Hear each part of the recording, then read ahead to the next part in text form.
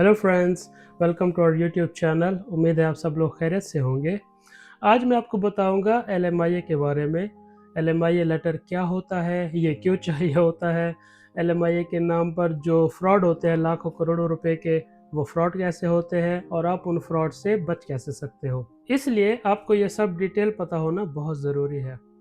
Canada में जब किसी कंपनी को कोई वर्कर चाहिए होता है तो वो कंपनी एक जॉब की ऐड लगाती है अपनी वेबसाइट पर। अगर उस कंपनी की कोई वेबसाइट है तो वो उस पर अपनी ऐड लगाती है और फिर वो कम से कम 1 महीने तक इंतज़ार करती है कि शायद उस जॉब पर कोई अप्लाई करे, उस ऐड को देखकर कोई जॉब अप्लाई करे तो वो फिर हायरिंग का प्रोसेस आगे बढ़ाए। ऐसी सिचुएशन में ना 3 पॉसिबिलिटीज़ होती है। पहली तो ये कि कोई उस जॉब पर अप्लाई करेगा और उसे वो जॉब मिल जाएगी and that's it, end of story, बात एलएमआईए तक जाएगी ही नहीं। दूसरी पॉसिबिलिटी ये होती है कि उस जॉब पर कोई अप्लाई ही नहीं करेगा। ऐसा होता है, मैं भी आपको एक्सप्लेन करता हूँ कि ऐसा क्यों होता है। और तीसरी पॉसिबिलिटी ये है कि कोई उस जॉब पर अप्लाई तो करेगा लेकिन उसे वो जॉब नहीं मिलेगी। अब पहले मैं आपको ये बताऊँ कि कोई अप्लाई ही क्यों नहीं करेगा। तो होता ये है कि जो लोग भी Pakistan, India, Dubai, Saudi Arabia, Qatar इन जगहों से आते हैं ना कनाडा फर्स्ट जॉब के लिए, तो उनके दिल में तो ये चल रहा होता है कि बस हम किसी तरह कनाडा पहुंच जाएं। यहाँ आने के बाद 1-2 साल जब वो काम करते हैं ना किसी छोटे गांव, छोटे टाउन में, तो उनको लगता है कि यार अब तो पैसे भी कमा लिए, बैंक बैलेंस भी बन गया, अब किसी बड़े टाउन में शिफ्ट होते हैं जहाँ सहूलियात ज़्यादा हो। अब ये जो सहूलियात की बात है ना, फैसिलिटीज़ की बात, पूरे कनाडा में एक जैसी फैसिलिटीज़ होती है, चाहे वो कोई गांव हो या कोई बड़ा सिटी हो, टाउन हो, जो भी हो। जो बेसिक फैसिलिटीज़ है, लोड शेडिंग नहीं होगी, ठंडा गर्म पानी आएगा, सफाई का निज़ाम, हॉस्पिटल, स्कूल, ये सब होता है। फ़र्क ये होता है कि गांव में या छोटे टाउन में हॉस्पिटल छोटा होगा, हर फैसिलिटी नहीं होगी, हर टेस्ट की फैसिलिटी नहीं होगी, या वहाँ पर जो सुपरमार्केट होती है, सुपरमार्केट में आपको खाने पीने की वैरायटी नहीं मिलेगी, ख़ास तौर पर आपको हिलाल गोश्त नहीं मिलेगा, चिकन, मटन ये चीज़ें नहीं मिलेंगी। सब्जियों की लिमिटेड वैरायटी होगी, आप हर दूसरे दिन गोभी खा रहे हो, एक दिन गोभी का सालन, एक दिन आलू गोभी, एक दिन गोभी का पराठा, इसी तरह 3 दिन दाल खा रहे हो, आज पीली दाल, कल काली दाल, परसों नीली दाल। तो मतलब आप समझ रहे हो ना, प्रॉब्लम समझ रहे हो। गोश्त मिलेगा नहीं आपको, हिलाल चिकन नहीं मिलेगी, मटन नहीं मिलेगी। ख्वाबों में सोच रहे हो कि कोई टाइम था जब हम कबाब खाया करते थे, शामी कबाब, सीख कबाब, तो वो ये होता है ना, ये सारे प्रॉब्लम्स होते हैं।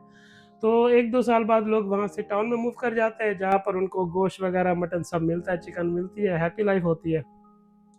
तो अब जब ये जॉब्स आती है ना, तो ये उन इलाकों में अक्सर आती है जो छोटे इलाके होते हैं।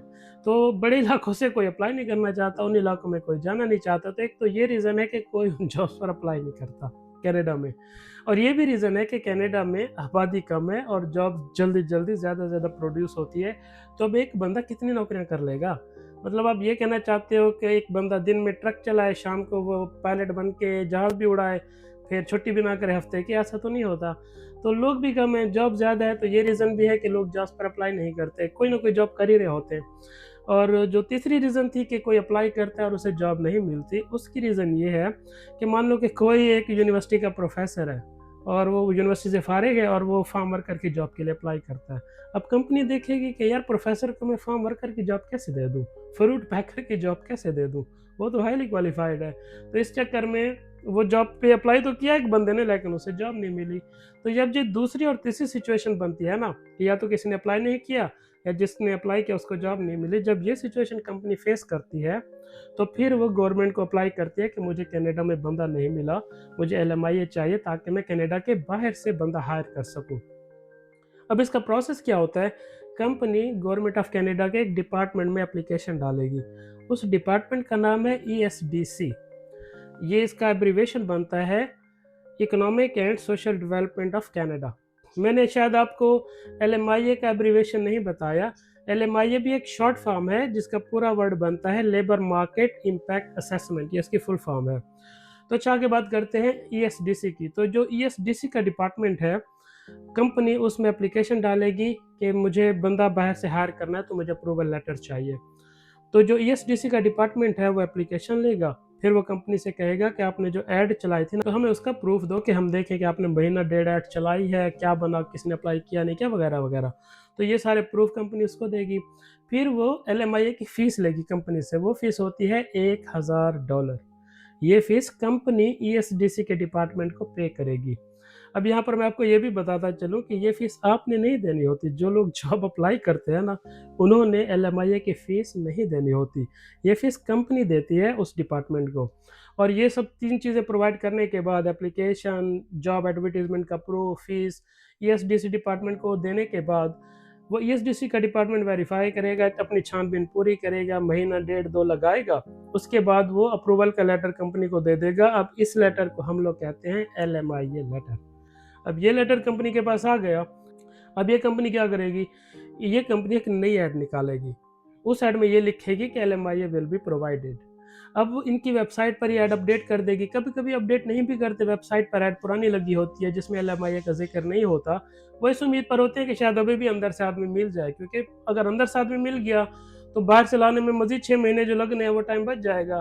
कोई-कोई कंपनी ऐड अपडेट कर भी देती है वेबसाइट पर। एनीवे, फिर ये जो नई ऐड है जिसमें इन्होंने लिखा कि एलएमआईए विल बी प्रोवाइडेड, अब उस ऐड को पढ़कर जब कोई अप्लाई करेगा इनके पास या किसी को पीछे बोलेगा कि आप अप्लाई करो, तो अब आगे एलएमआईए का प्रोसेस चलेगा कि इंटरव्यू होगा, फिर उसके पास एलएमआईए का लेटर जाएगा, वीज़ा अप्लाई होगा वगैरह वगैरह, और बंदा यहाँ पर आ जाएगा।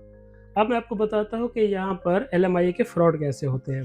कि कंपनी किसी का इंटरव्यू करेगी और उसको बोलेगी कि हाँ जी, हम आपको हायर कर रहे हैं, तो आपका एलएमआई लेटर हमें अप्लाई करना है, तो उसकी फ़ीस आप दोगे। तो अगर आपसे कोई इस तरह की बात करे ना कि आप सिलेक्ट हो गए हो, एलएमआई का लेटर आपका अप्लाई करना है और उसकी पैसे 1000, 2000, $5000 लगेंगे, आप दो, तो ये फ्रॉड है, आपने कोई पैसे नहीं देने हैं।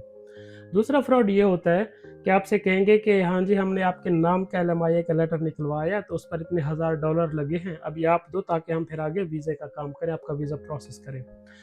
तो ये भी फ्रॉड है कि आपको बोलेंगे देखें आपके नाम का हमने लेटर निकाल लिया, अब अगर आप पैसे नहीं दोगे तो नुकसान हो जाएगा कंपनी का, आपका वीज़ा प्रोसेस नहीं करेंगे तो हम पैसे लगा बैठे वगैरह वगैरह, सब फ्रॉड है। तो आपने इस स्टेज पर भी कोई पैसे नहीं देने, ख्याल करना इस बात का, ये भी फ्रॉड है।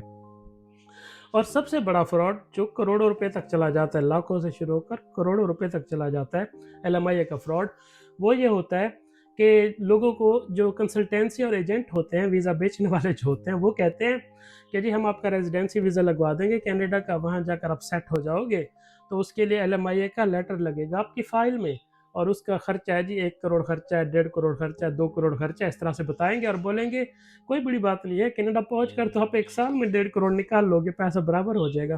तो बंदा ज़रा कन्विंस भी हो जाता है कि हाँ यार ठीक है, करते हैं। फिर आगे वो कहते हैं कि एलएमआईए का लेटर जब आपकी फ़ाइल में लगेगा ना, तो आपको रेजिडेंसी वीज़े में 50 से लेकर 200 तक पॉइंट्स मिलेंगे, जिससे आप क्वालिफाई कर जाओगे। रेजिडेंसी में पॉइंट्स वाला सिस्टम होता है। तो ये बात पिछले साल तक तो चल रही थी, लेकिन पिछले साल मार्च 2025 में, अगर मैं आपको एग्जैक्ट डेट बताऊं, तो 25 मार्च 2025 से ये रूल बंद हो चुका है। कनाडा में रूल चेंज होते रहते हैं इमिग्रेशन के, तो ये जो रूल है पॉइंट्स मिलने वाला, ये रूल बंद हो चुका है। अगर आज आपसे कोई कहता है ना कि मैं आपकी रेजिडेंसी लगवा दूंगा एलएमआईए के लेटर से, आपको पॉइंट्स मिल जाएंगे, आप इतने करोड़ दे दो, तो ये झूठ है, फ्रॉड है। आपने 1 रुपया भी नहीं देना है, क्योंकि वो जो पॉइंट्स मिलते थे वो रूल ख़त्म हो चुका है। अब अगर आप बाकी चीज़ों से अपने एक्सपीरियंस वगैरह से क्वालिफाई नहीं करते रेजिडेंसी वीज़े के लिए, तो एलएमआईए का लेटर भी आपके किसी काम का नहीं है, वो पॉइंट्स आपको नहीं मिलने, वो रूल बंद हो चुका है।